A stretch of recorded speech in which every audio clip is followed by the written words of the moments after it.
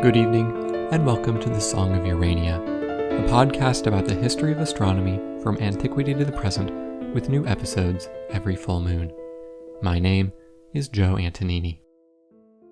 Well, last month I tried to give a fuller picture of what a calendar reform looked like in early imperial China by chronicling the events of more than a century that led up to the calendar reform of 104 BC. In earlier episodes, I had tried to emphasize the importance of setting the calendar as a symbol of imperial authority.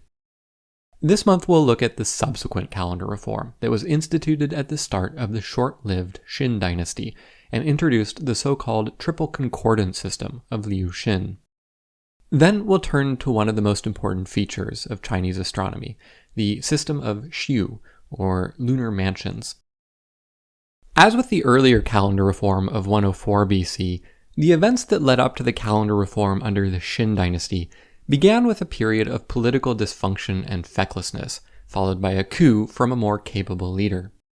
But in this case, the timeline of events that led to the establishment of the triple concordance system was accelerated relative to the earlier calendar reform.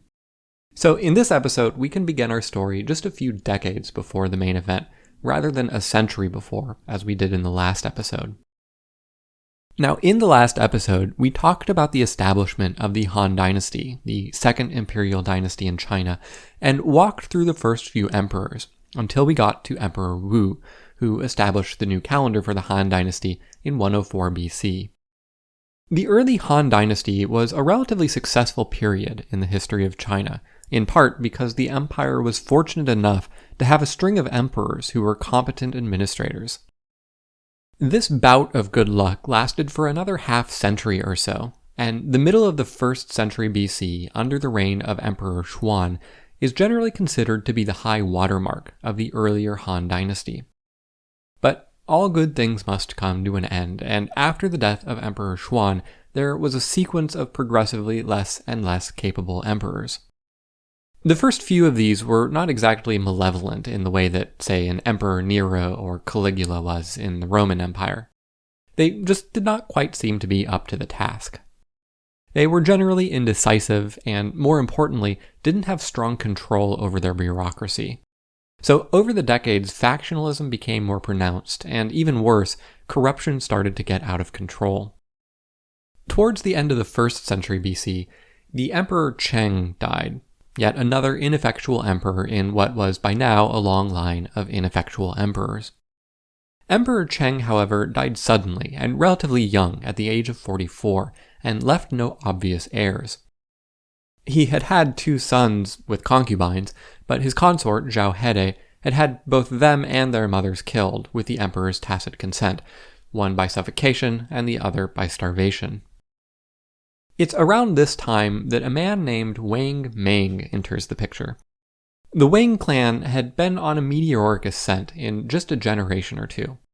Now, this wasn't exactly a rags to riches story. The Wang clan had always been well off, but Wang Mang's aunt was a woman named Wang Zhengjun, and she had been born in 71 BC as the second daughter of the Minister of Justice. This was a high position in Chinese society, to be sure, but it was still some ways away from the top. The Minister of Justice was one of 9 ministers, who in turn reported to the 3 counselors of state, who in turn reported to the emperor himself. Well, sometime around 55 BC, the consort of the crown prince, Liu Xin, died. Inconsolable, the prince wanted to have nothing to do with the other concubines in his harem. After some time to try to get him out of his funk, his father, the Emperor Xuan, arranged for his son to meet a new set of women that he could choose from. Wang Zhengjun was one of the 6 women who went to meet the crown prince. Of these, the prince selected her to be his new consort, apparently for no other reason than that she happened to be sitting closest to him. Nevertheless, this happenstance arrangement was the breakthrough that the Wang clan needed. In time, Wang Zhengjun gave birth to a son, in fact Liu Xi's first son. And a few years later, the emperor died, and Liu Xi ascended to the throne, taking the name Emperor Yuan, which meant that Wang Zhengjun went from being the second daughter of the Minister of Justice to an empress of China. Well, with this turn of events, the Wang clan had an inside track in court politics. According to the histories, most of the members of the family parlayed their family position for high living, but Wang Mang was different. He didn't seem to be attracted to wealth, and dressed in the refined but modest outfit of a Confucian scholar, and used his considerable means to support a gaggle of Confucian scholars around him. Rather than living off on a grand estate out in the country, he lived within the palace complex. This unassuming demeanor was key to his growing stature. He was quietly competent in a time when each emperor was more incompetent than the next, and being in the heart of the imperial machinery, he was in a position to exert some influence. With his lavish support of Confucian scholars, he brought this powerful faction of the court lockstep behind him. So, to get back to the original thread, when Emperor Cheng died in 7 BC and left no obvious heirs, Wang Mang was in an exceptional position to influence the selection of the next emperor, and more importantly, to influence the next emperor himself, if he was sufficiently pliant. Now, whether or not he had conceived of any plans for ultimate power for himself at this point isn't really clear, and if he did, it didn't quite work out for him in the near term. The next emperor, Emperor Ai, ascended to the throne at the age of 20, but ended up falling almost completely under the control of his step-grandmother, the Empress Dowager Wang. Wang Mang clashed with the Empress Dowager on a few occasions, but was soon forced to resign from his position as commander of the army. Well, Emperor Ai had always been sickly. What exactly his illness was is not clear, but whatever it was, he died from it 6 years after ascending to the throne. This put his step-grandmother, the Empress Dowager Wang, in an awkward position. While Emperor Ai had technically been married, he was fairly open about his homosexuality, and his real partner was a minor official named Dong Xian. Later chroniclers described their relationship as the passion of the cut sleeve, in reference to a story in which the two had fallen asleep in each other's arms. Upon waking and finding the sleeve to his imperial robe still trapped under Dong Xian, the emperor cut his own sleeve off rather than wake his lover. Well, over the 6 years of his rule, Emperor Ai lavished Dong Xian with ever higher offices, and by the time of Emperor Ai's death, Dong Xian had become one of the most powerful men in the Chinese court, and a rival to the Empress Dowager. In fact, on his deathbed, Emperor Ai had pronounced Dong Xian to be his successor. So the Empress Dowager Wang put aside her differences with Wang Mang and joined forces with him to box out Dong Xian from having any role in the subsequent reign. Together, they planted an 8-year-old boy named Liu Xin on the throne, where he adopted the name Emperor Ping. Being too young to rule in his own right, the Empress Dowager appointed Wang Mang to be regent. To further consolidate his grip on power, Wang Mang then arranged for his daughter to be married to the emperor. This was a successful strategy for a few years, but once the emperor became a teenager, Wang Mang began to worry that the boy would get thoughts of his own. To make matters worse, an awkward episode had occurred a few years earlier. Wang Mang's son, along with several of the emperor's uncles, had attempted a coup to wrest power away from the increasingly dominant Wang Mang. They had been discovered, and Wang Mang had them all put to death, including his own son. But as Emperor Ping got older, Wang Mang worried that he might not be too happy about the fact that Wang Mang had killed all of his uncles. So he nipped this problem in the bud by poisoning the emperor. At this point, Wang Mang had become so powerful that he essentially had free reign in choosing the next emperor. The last few emperors had all died so young that they had no heirs, and so the closest candidates for succession were all quite distant in the imperial line. Wang Mang settled on Ru Ziying, who, conveniently enough, was only 1 year old, and so wouldn't cause any trouble for quite some time. At this stage, Wang Mang's long game of bringing the court scholars and officials onto his side began to pay off. Over the next 3 years, a series of auspicious omens started to trickle in, and a chorus of officials in court began to propose, first obliquely and later loudly, that he assume the title of emperor. Finally, in 9 AD, Wang Mang held a formal ceremony in which he and the 4-year-old emperor stood before the imperial court together. Wang Mang held the child's hand and performatively wept before the child, quote, for a long time. He then explained to the child before the whole court that the Han Dynasty had been blessed by the mandate of heaven for many years, but that the great Han Dynasty had come to an end. Now the mandate of heaven had fallen to him. According to the Han Shu, he said, quote, "O Emperor Ying, formerly august heaven supported your great ancestor, Liu Bang, the founder of the Han. So his descendants succeeded for 12 generations and possessed the state for 210 years. But now the sequence of reckonings rests on my person."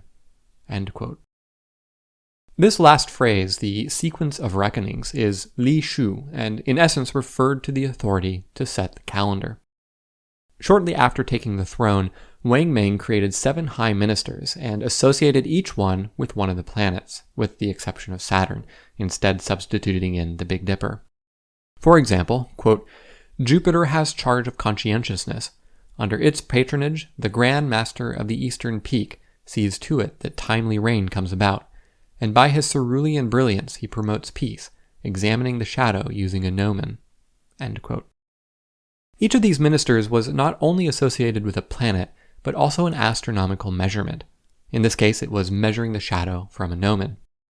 The minister associated with Mercury was tasked with the keeping of the water clocks, and the minister associated with the sun was associated with the compass, the kind you draw circles with, not the kind you find north with. Well, having at long last formalized his de facto rule, Wang Mang took much less time adopting the ritualistic symbols of a new dynasty than the Han Dynasty had 2 centuries before. Now, you may recall from the last episode, and the one before that an important feature of Chinese semiotics was the wuxing system, in which the 5 fundamental elements of earth, metal, wood, water, and fire existed in various relationships to each other. Each dynasty had been associated with an element. Now, traditionally, the elements associated with subsequent dynasties had been assigned to the so-called destructive or conquest cycle.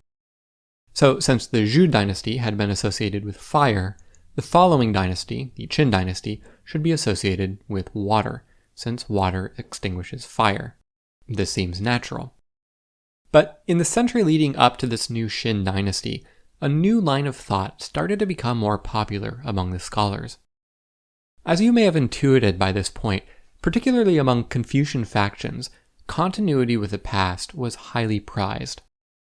Even when a rebel king or an ambitious official effectively seized absolute power for himself, he was very slow to formally adopt the title of emperor, and would do so only after years of laying the appropriate groundwork and at the urging of the court.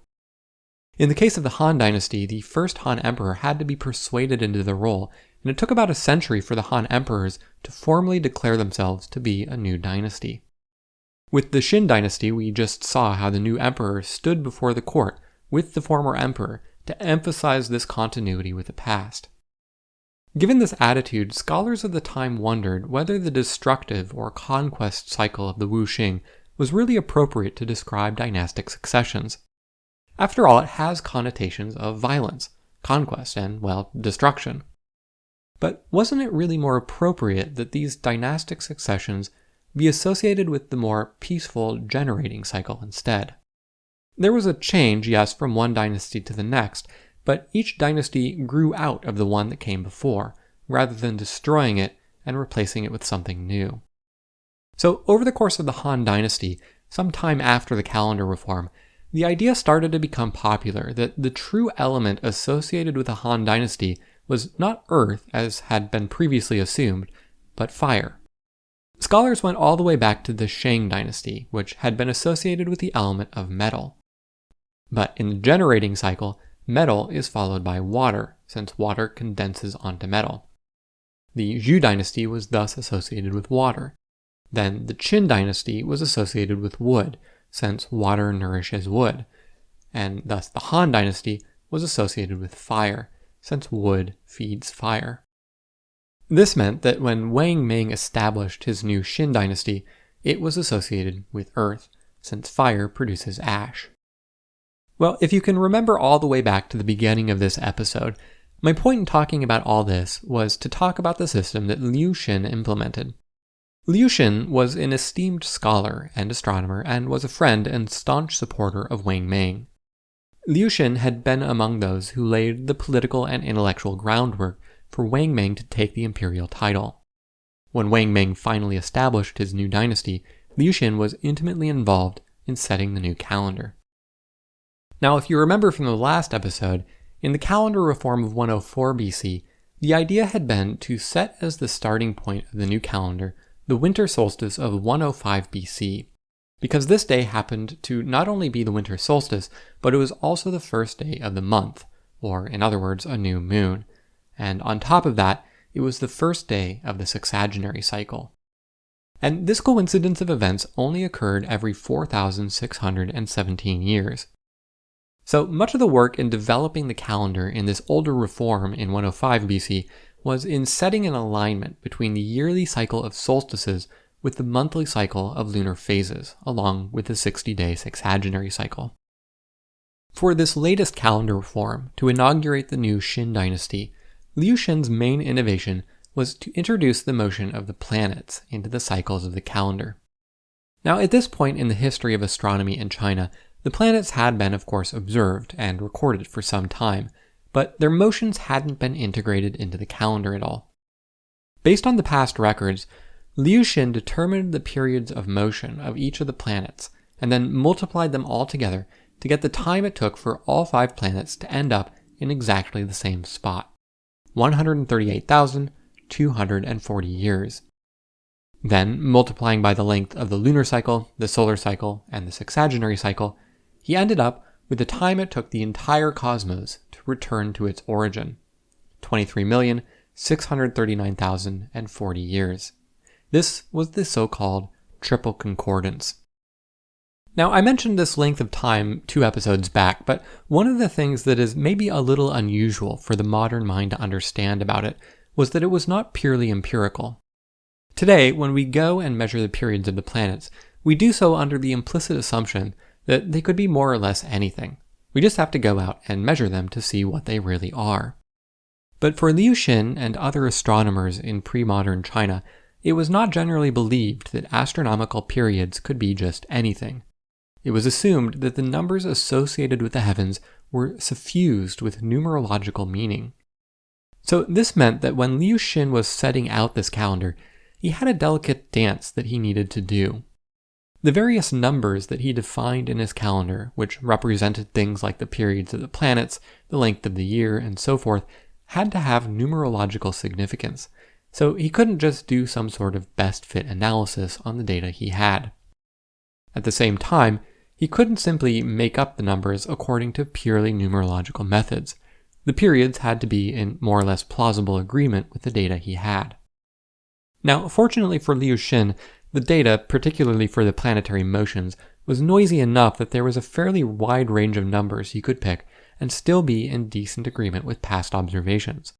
Generally, the planets were recorded on their first appearance, but the date of the first appearance was calculated for when the planet was 15 degrees away from the Sun, which is usually a few days after the planet is actually visible in the sky. For the astronomers of this period, a prediction was seen to be successful as long as the planet appeared before it was predicted to. And even setting aside any observational errors, the length of the synodic periods of the planets is intrinsically variable due to the eccentricity of the Earth's orbit. As an example of how this interplay of observation and numerology worked, we can look at the case of Jupiter.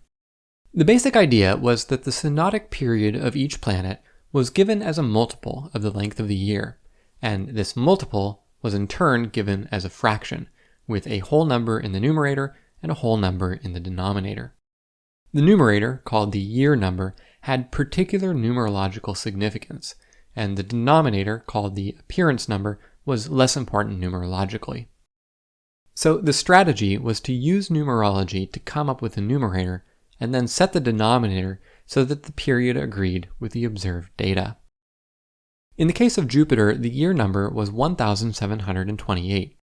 To arrive at this number, Liu Xin took the element that corresponded to Jupiter, which was wood, as well as the following element in the destructive cycle, metal, since metal chops wood. Each of these elements was associated with a number, 3 for wood and 4 for metal, Multiply these together and you get 12. Then you multiply by 144, called the chthonic reckoning, which has its origin in the I Ching. This gives you 1,728. Divide by the appearance number of 1,583 and multiply by the length of the year, and you get 398.7 days for the synodic period of Jupiter, which is just 5 hours off from its true value of 398.9 days. The numerological process to arrive at this number for Jupiter is fairly straightforward, but other parameters in the calendar were trickier to derive. The numerology for the lunation factor, in particular, is quite involved, but in the end, Liu Xin got a lunar period which was just 24 seconds off from the modern-day value. And these techniques also extended to the prediction of lunar eclipses. This calendar of Liu Xin has been described as a kind of theory of everything from the early imperial period. It united all the periodic phenomena observed in the heavens with numerological underpinnings. One of the unique things that Liu Xin then did with his calendar is he went back and used it to predict the state of the heavens at different points in the past. He goes all the way back to some of the earliest events recorded in Chinese history. The first of these was the fall of the Xin Dynasty after it was conquered by the Shang. Liu Xin was able to determine that in 1751 BC, Jupiter was in an auspicious position for the Shang Dynasty. Now, this was not an especially rigorous test since, as far as we can tell, he simply found a date that looked good for the Shang Dynasty without any independent evidence that 1751 BC was when the Xin Dynasty fell. And in any case, it doesn't seem likely from the historical record that the Xin Dynasty actually existed in the first place. He was also able to reconstruct the sky in 1122 BC, the traditional date of the fall of the Shang Dynasty to the Zhou Dynasty, and found the positions of Jupiter, the Moon, the Sun, and Mercury. Now, from a modern perspective, the Zhou Dynasty is now known to have conquered the Shang Dynasty about a century after Liu Xin thought, but nevertheless, this is the first time in Chinese history that an astronomer had taken a model of the motions of the heavens and then rewound it to go back in time and see what the sky looked like during a momentous event in the past. Liu Xin's backdating techniques got more stringent as he approached his present day. By the Warring States period, we now start to see records which were filled with astronomical observations, and being believed to have been authored or edited by Confucius himself, were highly regarded, and so were believed to be quite accurate. Now, fortunately for Liu Xin, over shorter time periods, any errors in his system would have had less time to build up, and at any rate, some of these observations were the very same ones he used to derive his parameters, so generally speaking, he was able to reproduce various observations at different points in Chinese history. There are a couple of places where modern historians of astronomy have noted that his system disagreed with past observations, particularly when it came to eclipses. But if he noticed these irregularities, Liu Xin said nothing about them. He simply omitted them from his descriptions. Well, in the last episode, before I got into all the details, political and astronomical, around the development of these various calendar reforms, my reason for bringing them up was to talk about one area of Chinese astronomy that we haven't explored yet, but which I've referenced on a few occasions, the Xiu, or the lunar mansions. At the most basic level, the lunar mansions were a way of identifying the positions of stars and planets in the heavens. In this way, they played a similar role that the zodiac did in Greek astronomy. Just as Ptolemy recorded the positions of stars and planets with respect to the signs of the zodiac, Chinese astronomers recorded positions with respect to the 28 lunar mansions. Now, the system of lunar mansions seems to be quite old in Chinese astronomy. The earliest artifacts that reference the lunar mansions are oracle bones, which date to the 14th century BC. But there is circumstantial evidence that the system may be even a millennium older than that. As I'll talk about in more detail in a bit, the system of lunar mansions was fundamentally an equatorial system. The 28 lunar mansions all spanned roughly even widths around the celestial equator.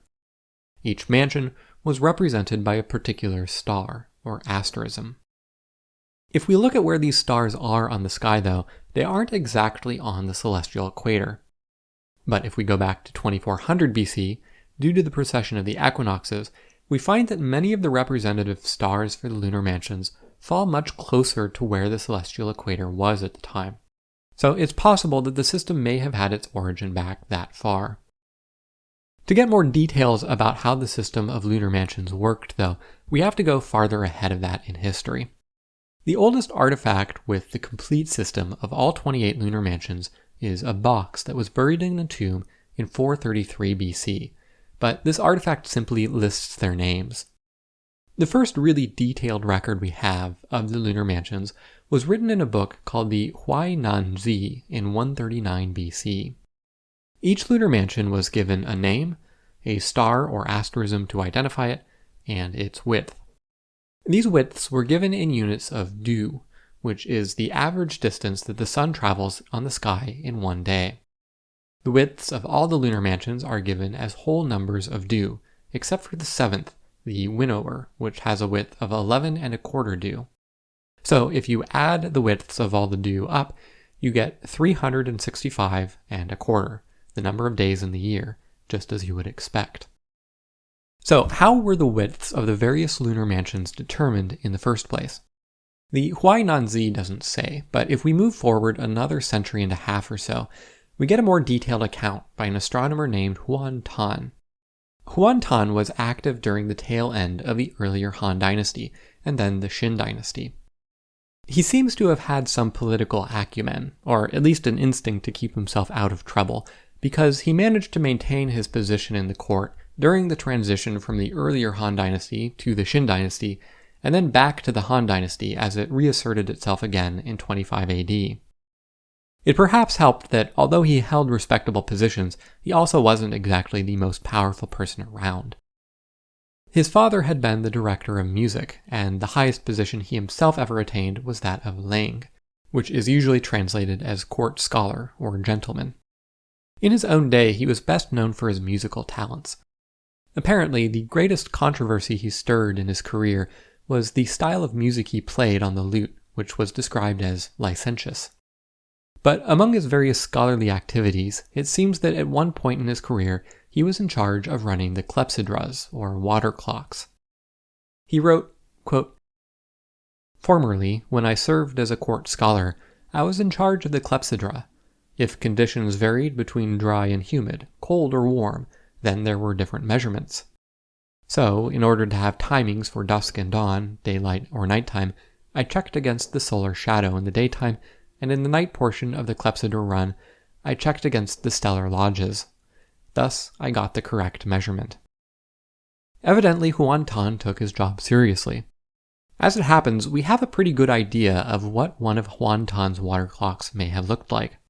In 1977, a clepsydra was unearthed in the Inner Mongolia region. This is a bit far flung from the capital at Chang'an, which suggests that precision measuring equipment was widely dispersed across the empire, and that presumably astronomical observations took place all over. Conveniently, this clepsydra was inscribed with details about its manufacture. It says that it is a bronze clepsydra made in Jiangxing. It says that it weighs 32 jin, and that it was manufactured in the 4th month of the 2nd year of the Heping period, which corresponds to the year 27 BC, so just a few decades before Huan Tan was working. Incidentally, these kinds of inscriptions are common on official equipment manufactured in Imperial China, and indicated that the bureaucracy kept careful track of its inventory. Well, this particular clepsydra was not terribly large. It had a diameter of about 20 centimeters and stood about half a meter tall. It had a spout at the bottom for the water to flow out. At the top, there was a kind of rack. A vertical rod could be attached to the rack, and it would have a flotation device at its end. The rod would have gradations on it, and based on its position relative to the horizontal bars of the rack, the user could read off the water level. Now, one of the disadvantages of a simple outflow clepsydra, like the one found in Inner Mongolia, is that it does not produce a constant rate of flow. When the vessel is full, the water pressure is higher, and the water streams out more rapidly, so the water level falls more quickly. But towards the end of the run, once the water level is low, the water just trickles out, and the water level falls more slowly. In later Chinese history, sometime after the Han Dynasty, more sophisticated kinds of water clocks were devised, similar to the ones we talked about in Egypt back in episode 32. These would have multiple stages where one tank would continually supply water to the main chamber, with an overflow gutter around it. This would keep the main chamber continually topped up, so that the water pressure at the bottom of the main chamber was always constant, and the outflow rate was always the same. But in Huan Tan's time, these more sophisticated clepsydras had yet to be invented, and he just had a simple outflow clepsydra to work with. But given the records we have, Huan Tan was clearly a careful observer. He was accounting for things like changes in humidity and temperature when making his observations, so surely he would have been aware that the outflow rate slowed down from the beginning of the run to the end, since that's pretty much the most basic thing you can observe about it. Although we don't know exactly how he and other astronomers of the period dealt with this problem, there are two things he could have done, depending on the size of the water clock. Now, unfortunately, we also don't know how large a water clock the imperial astronomers used. The clepsydra specimen we have is one that was discovered out in the boonies, rather than one in the capital. So it's possible that the official one in the capital was quite a bit larger. If it was quite large, so that a full run would take approximately a day, the astronomers probably would have had some assistants manually top off the clepsydra once the water level had dropped below a certain level. This would have kept the outflow rate approximately constant. If the official clepsydra was smaller, more of the size of the one discovered in Inner Mongolia, then it may have taken roughly only 10 to 20 minutes to empty. In this case, the change in rate from beginning to end wouldn't have been as much of a factor, since the astronomers would be doing dozens of runs one after the other during a 24-hour period. The basic unit of time that they would be measuring would simply be the time it took the vessel to empty, and they could use the graduated rod to get the fraction of the last run. The second option seems somewhat more likely, since the basic unit of time in the era was the K, and there were 100 K in the day, which works out to be 14 minutes and 24 seconds. Though, as an aside, one of the changes that was introduced during Wang Mang's calendar reform when he officially established the Xin Dynasty was that he changed the value of the K so that there were 120 K in a day instead of 100 K. At any rate, in either case, both techniques relied on having diligent operators immediately fill the water clock back up again when it was time to do so, in order to keep accurate time. Okay, so that's a little bit about how the astronomers of the period used to measure time, but what specifically were they measuring, and how did this help them determine the lunar mansions? Now, as I mentioned earlier, one of the unique things about the lunar mansions is that it was an equatorial system, rather than an ecliptic system. In the West, in Babylonian and Greek astronomy, and later on in European astronomy, the positions of the planets were measured using the zodiac, and the zodiac was 12 equal divisions of the ecliptic. Now, in many ways, this is a natural system for measuring the positions of the sun, moon, and planets, because their paths all follow the ecliptic. So you just have to measure their positions against the reference stars along the ecliptic. But if you're doing precision measurements, in particular using some kind of clock, an equatorial system tends to work better. In modern astronomy, we use the system of right ascension and declination. You can imagine this as being basically like the system of latitude and longitude, but projected out onto the celestial sphere. So the north celestial pole, near Polaris, has a declination of 90 degrees, just as the North Pole on the Earth has a latitude of 90 degrees. And the celestial equator has a declination of 0 degrees, just as the Earth's equator has a latitude of 0 degrees. Then you have right ascension in a similar way as you have longitude, except instead of starting at Greenwich as you do for longitude, right ascension starts at the vernal equinox, where the celestial equator and the ecliptic meet. Well, each star in the sky has a fixed right ascension and declination, just as each point on the Earth has a fixed latitude and longitude. Now, imagine you're standing out in a field on a clear night facing south. Over the course of the night, you'll see stars rising in the east to your left, climb higher in the sky, moving rightward, reach their highest point as they transit the meridian in front of you, and then start to get lower in the sky, and finally set in the west to your right. If you just watch the meridian, the line going from south to the zenith overhead to north, and you track the right ascensions of the stars that are transiting, you'll see that they increase in right ascension over the course of the night. In fact, traditionally, right ascension is not measured in degrees like longitude is, but in terms of time. The full circle of the celestial equator has 24 hours of right ascension. The right ascension of the stars crossing the meridian then increases at approximately 1 second per second. Very convenient. Well, the system of lunar mansions was not quite as tidy as the modern system of right ascension and declination, but it was similar in spirit.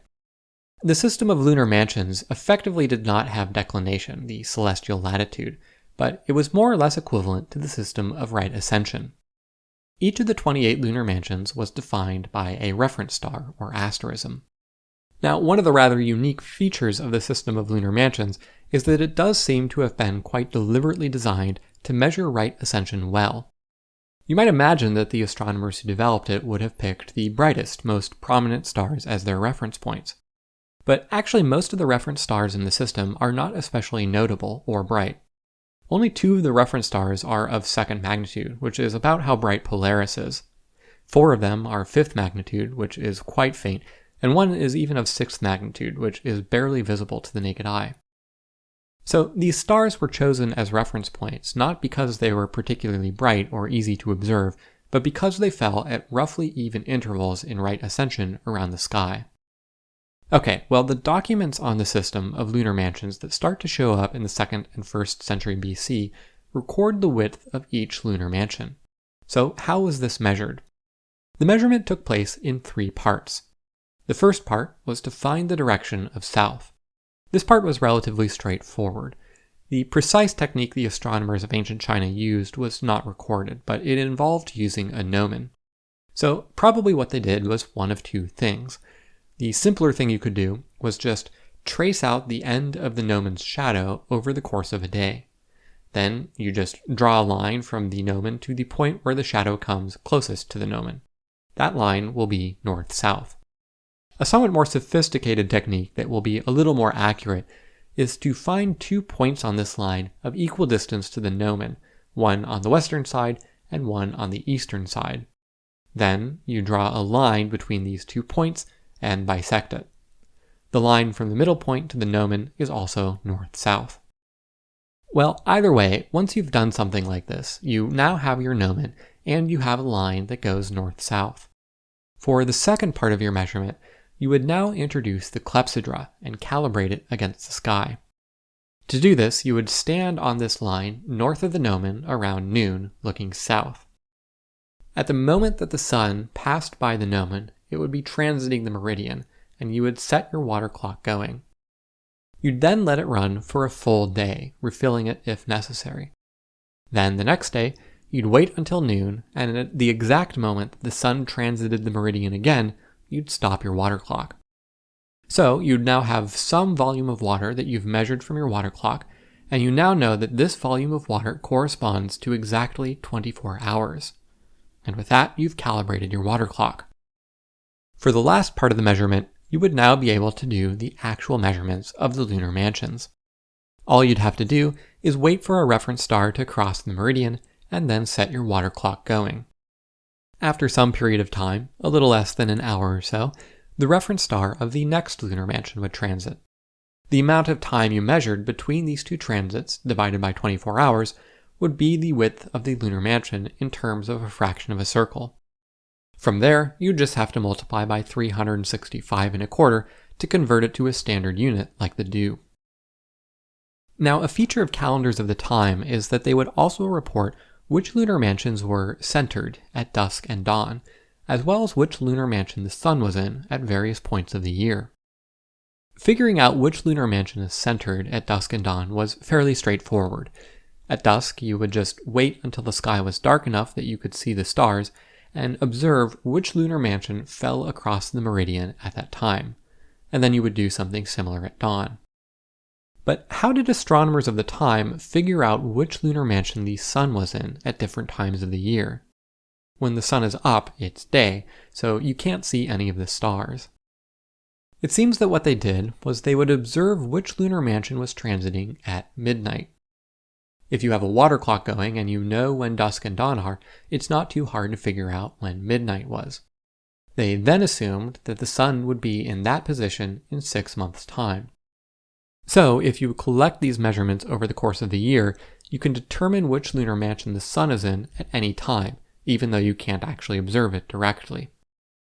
Well, with these techniques, the lunar mansions could be measured relatively precisely, and because the lunar mansions were the foundation of many astronomical measurements for millennia, this allowed Chinese astronomers to detect one of the most subtle changes in the heavens, the precession of the equinoxes. I mentioned earlier how it's plausible that when the system was first developed, the reference stars were all quite close to where the celestial equator was at the time. However, due to the precession of the equinoxes, the location of the celestial equator very slowly wobbles on the sky. This meant that stars that were once close to the celestial equator over the centuries became farther and farther from the equator. And because they now started to change their positions in declination, that meant that their positions in right ascension were also changing. So even if the reference stars started out as being equally spaced in right ascension, due to the precession of the equinoxes, they didn't stay that way over the centuries. So every few centuries, when the astronomers went to measure the widths of the lunar mansions, they would find that they did not quite agree with the measurements of astronomers in the past. In fact, by the 13th century, precession had changed the position of the celestial equator so much that in one case, one of the stars that had been traditionally listed after another started to transit before, so the order of the mansions got switched. To deal with this, from time to time, astronomers would make new measurements of the widths of the lunar mansions, and more infrequently, when things got really bad, they would drop one of the reference stars and replace it with one that was better suited. And it seems to be thanks to the precision of this system that an astronomer named Liu Xin was able to discover the precession of the equinoxes in the 4th century AD. He noted that the position of the winter solstice seemed to move by 1 degree every 50 years, which is not too far off from the correct value of 1 degree every 72 years. It's also possible that the precision of Chinese astronomical measurements, along with the many centuries that they were conducted over, allowed them to detect another phenomenon that took until the 18th century to definitively discover, that of proper motion. In basic spherical astronomy, we tend to use an idealized model of the heavens, where the stars are imagined to be fixed to a great sphere that rotates around us. This model works quite well for many observations, but today modern astronomy tells us that the stars are not points of light fixed to an enormous sphere, but are distant objects freely floating in space. As such, they are constantly moving relative to each other and to us. But because the distances are so large, we on the Earth don't perceive these motions over a human lifespan. But over the centuries, these motions build up, and at least for the closer stars, can eventually become quite noticeable. Over the millennia, the shapes of the constellations themselves change, and after long enough times, they will become unrecognizable. In the 9th century AD, an astronomer named Liu Xin observed that a group of stars in Taurus was on the ecliptic. But in the past records, this group of stars was noted as being 4 degrees south of the ecliptic. Now, your position relative to the celestial equator can change over time due to the precession of the equinoxes, but your position relative to the ecliptic cannot. This change in position was in fact due to the proper motion of this group of stars. Well, before leaving the subject of the Xiu, I should say at least a few more words about its origin. I've been using the common term lunar mansion to describe this system, but it's admittedly a bit of an odd translation, since you may have noticed that I didn't mention the moon at all when talking about the lunar mansions.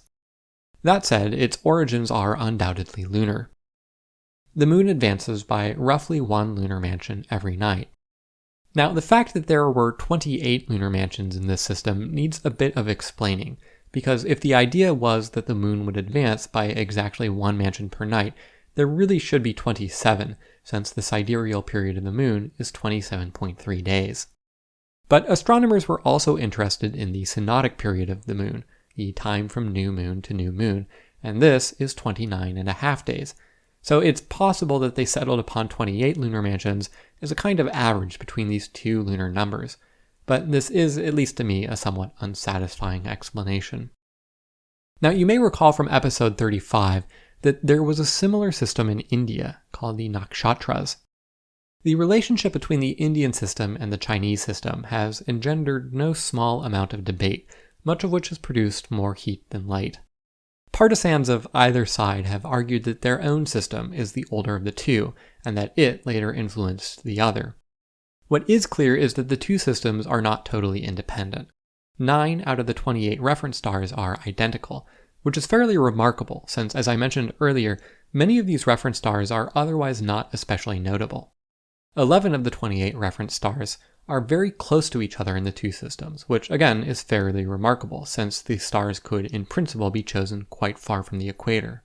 So even if they were constrained to be nearby in right ascension, there was no reason for them to be nearby in declination as well. Only 8 of the 28 reference stars are truly distinct between the two systems, and of these, 2 are very bright stars, Vega and Altair, and these were very likely part of the Chinese system in its infancy. But all this tells us is that the two systems were not independent of each other, not which one came first. The first really detailed descriptions of the systems appear in the literary record at about the same time in both China and India. But both locations also have more oblique references or evidence that indicate that the system was a lot older in both places, which makes it very hard to adjudicate which of the two had precedence. It's also possible that some version of the two systems initially developed independently, but that the two systems converged as contacts between India and China increased. So, given the contentiousness of the topic, I will not wade into this debate and pollute it with my own ill-informed opinions. Well, I think I will leave it here for this month. I hope you are as relieved as I am that I have at long last gotten around to talking about the system of lunar mansions. Next month, we'll talk about a couple of the other great astronomers in Chinese history, Zhang Heng, who worked in the later Han Dynasty, and Shen Kuo, who worked during the Song Dynasty. I hope you'll join me then. Until the next full moon, good night and clear skies.